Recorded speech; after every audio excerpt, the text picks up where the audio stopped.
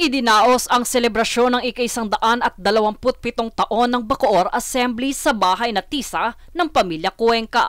Tinaguri ang First Malacañang kung saan ginanap ang mahalagang pagpupulong ng pamahalaang revolusyonaryo noong 1898. Sa parehong araw nilagdaan ang Acta de Independencia na isinulat ni Gat Apolinario Mabini na siyang unang dokumentong opisyal na nagpahayag ng kalayaan ng Pilipinas mula sa kolonyalismong Kastila. Pinangunahan ni General Emilio Aguinaldo ang pagpapatibay sa dokumento kasama ang mahigit 200 na gobernador mula sa 16 na lalawigan na dumalo sa gitna ng digmaan. Sa kaganapan dumalo sa makasaysayang pagunita sina Cavite 2nd District Representative Lani Mercado Revilla at iba pang mga lokal at pambansang opisyal na nagpahayag ng suporta sa patuloy na paglaganap ng kasaysayan ng Bacoor. Isa ang kongresista sa mga nagsulong ng Republic Act No. 12073 o ang Bacoor Assembly of 1898 Act na naglalayong kilalanin sa batas ang mahalagang ambag ng lungsod sa kasaysayan ng bansa.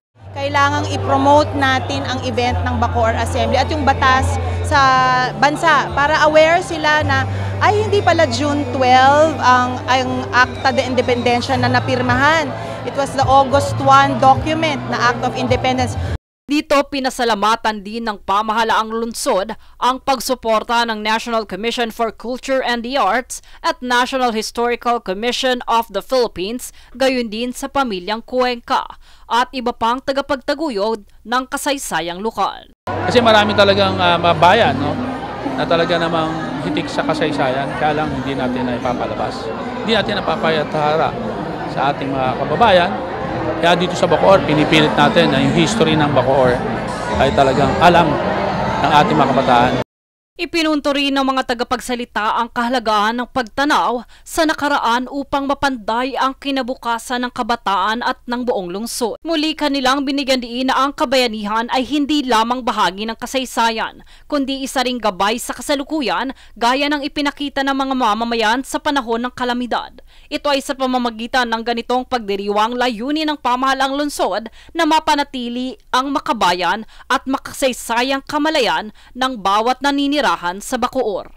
Ini-encourage ko ang lahat ng ating po mga paaralan to go on field trips sa National Library to see the Act of Independence of June 12 and the Act of Independence of August 1. This is another new episode of our history na dapat alam nating mga Pilipino.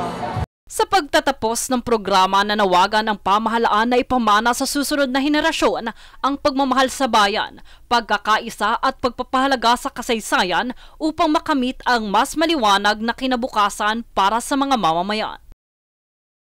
Jade Buhoy, nag-uulat para sa Golden Nation Network.